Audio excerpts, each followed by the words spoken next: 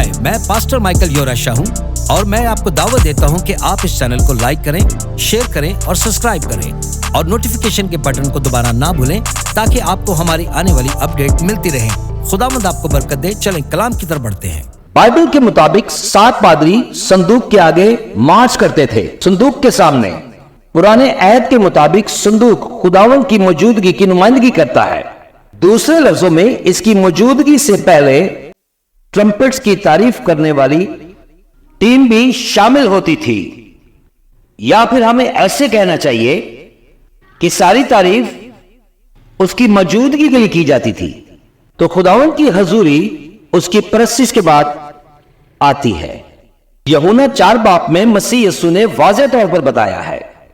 उसने कहा कि बाप उन्हें ढूंढता है जो रूह और सच्चाई से उसकी इबादत करते हैं। तो अगली बात आप समझ गए हैं। अगर आप चाहते हैं कि खुदा आपकी इबादत का हिस्सा बने तो आप रूह और सच्चाई से उसकी इबादत करें। 2 अल्फाज हैं, रूह और सच्चाई के साथ। तो फिर कलाम यह बयान करता है कि खुदा आसमान से आपकी दुआओं में आन मौजूद होता है, अपने लोगों में। आज मैं आपके सामने कुछ ऐसी गलतियां रखने जा रहा हूं जो अमूमन कलीसियों में लोग करते हैं कि दुआएं ऊपर जाती हैं और मसा नीचे आता है। नहीं, ऐसा नहीं है। जब दुआएं ऊपर जाती हैं तो बरकतें नीचे नहीं आती।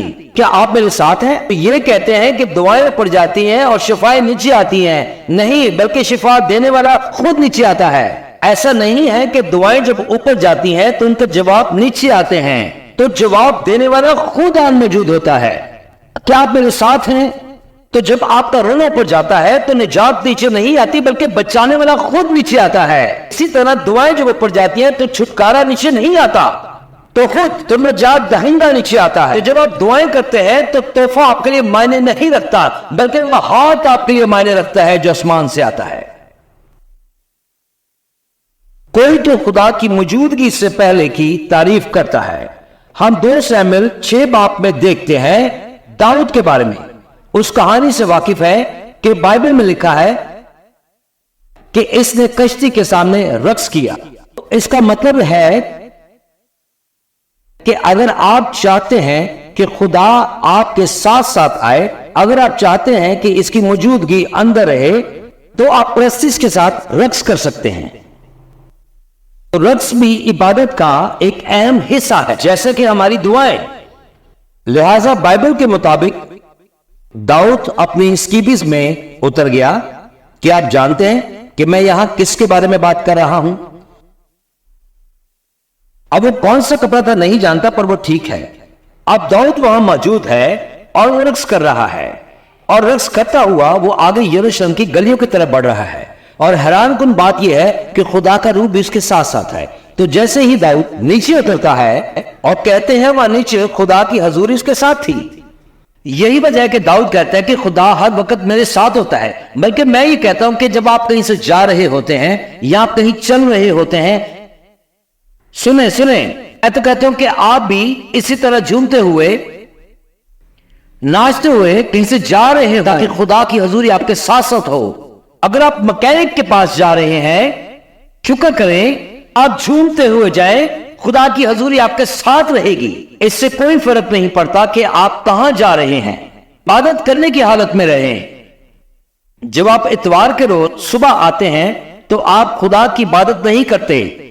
शायद ये एक तर्ज जिंदगी है। आप रात को सोते हैं, मैं आपका शुक्रिया करता हूं जीसस। जब आप सुबह सोकर उठते हैं तो आपको कहना है थैंक यू जीसस मेरी जिंदगी के लिए।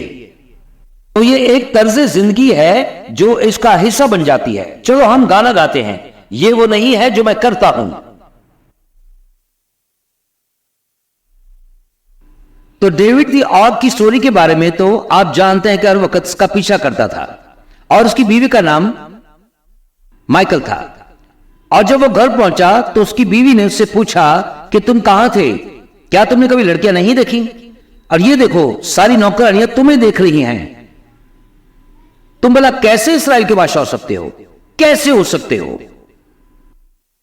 और कैसे भला तुम दिखने में इतने बेवकूफ हो सकते हो?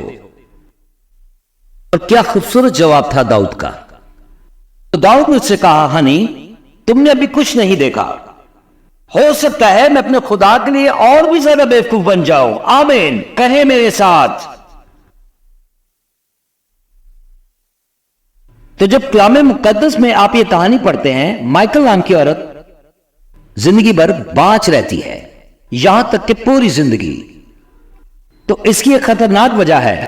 آپ کو خبردار رہنا چاہیے، اگر کوئی آپ سے زیادہ دعائیں اور پرستش کر رہا ہے تو آپ اسے دیکھ کر یوں نہیں کرنا چاہیے، اتنی دعاؤں کی کیا ضرورت ہے؟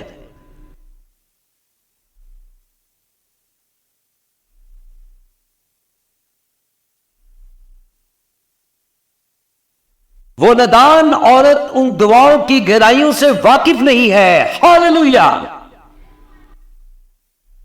اس بات کی سچائیوں سے وہی واقف ہے جسے خدا نے نجات دلائی ہے۔ ایک الیکٹرک باکس وہ توڑ دیتی ہے، وہ کہتے ہیں کہ تم کیا کر رہے ہو، تم نے اتنا قیمتی الیکٹرک باکس توڑ دیا ہے، آپ کو اس کی قیمت کا اندازہ نہیں اس الیکٹرک باکس کا۔ تو مائیکل اپنی زندگی کے تمام دنوں میں باچ رہی۔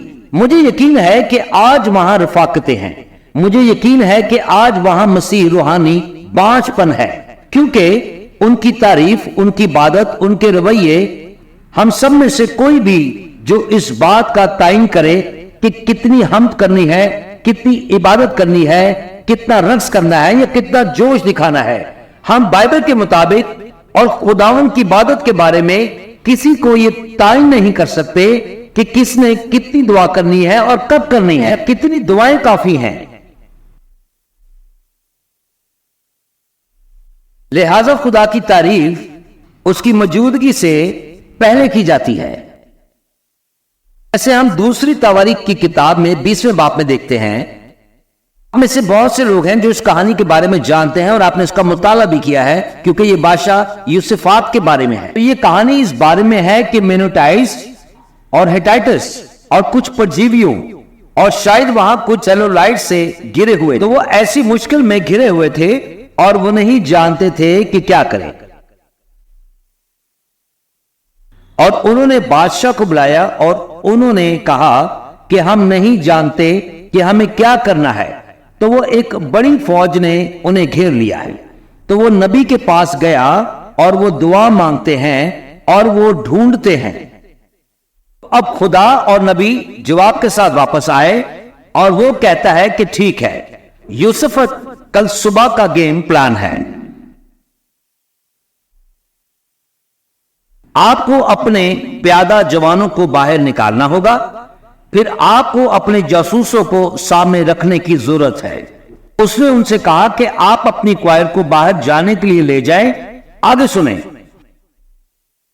میں خدا کی موجودگی سے پہلے کی تعریف کے بارے میں بات کر رہا ہوں۔ وہ کہتا ہے کہ آپ نے کوائر کو باہر رکھا، آپ نے بینڈ کو باہر رکھا، آپ نے تعریف کرنے والی ٹیم کو سامنے رکھا اور انہوں نے ایک گیت کو گانا شروع کیا جس کی تعریف کے ساتھ ہمیں اس جنگ میں جانے کی ضرورت ہے۔ تو ہو سکتا ہے کہ خدا کی سرگوشی اور محبت انہیں اچھی لگی، لیکن مجھے یقین ہے کہ جب وہ عبادت کرتے رہے اور دعا کرتے رہے، مجھے یقین ہے کہ خدا کی موجودگی نے انہیں اکٹھا کیا اور وہ باہر چلے گئے۔ اور بائبل کہتی ہے جب انہوں نے ایک آواز میں گایا، ہم آج صبح یہاں اتحاد کے بارے میں بات کر رہے ہیں، وہ آوازیں جو انہوں نے ایک آواز سے گایا وہ ایک گیت ہے جو وہ گا رہے ہیں۔ تو جب وہ موسیقی میں ایک ہی سر کے ساتھ گا رہے تھے تو کلام مقدس میں یہ بیان ہے کہ دشمنوں نے ایک دوسرے کے اوپر ہی تلوار چلانا شروع کر دی اور وہ ایک دوسرے کے ساتھ الجھ کر برباد ہو گئے۔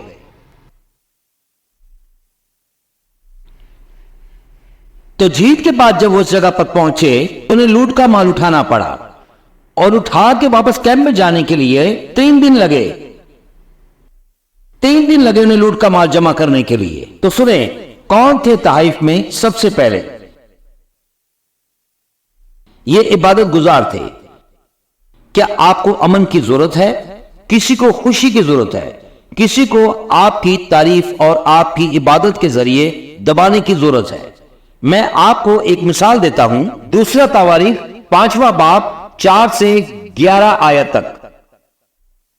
ये हैकल और सुलेमान के बारे में है।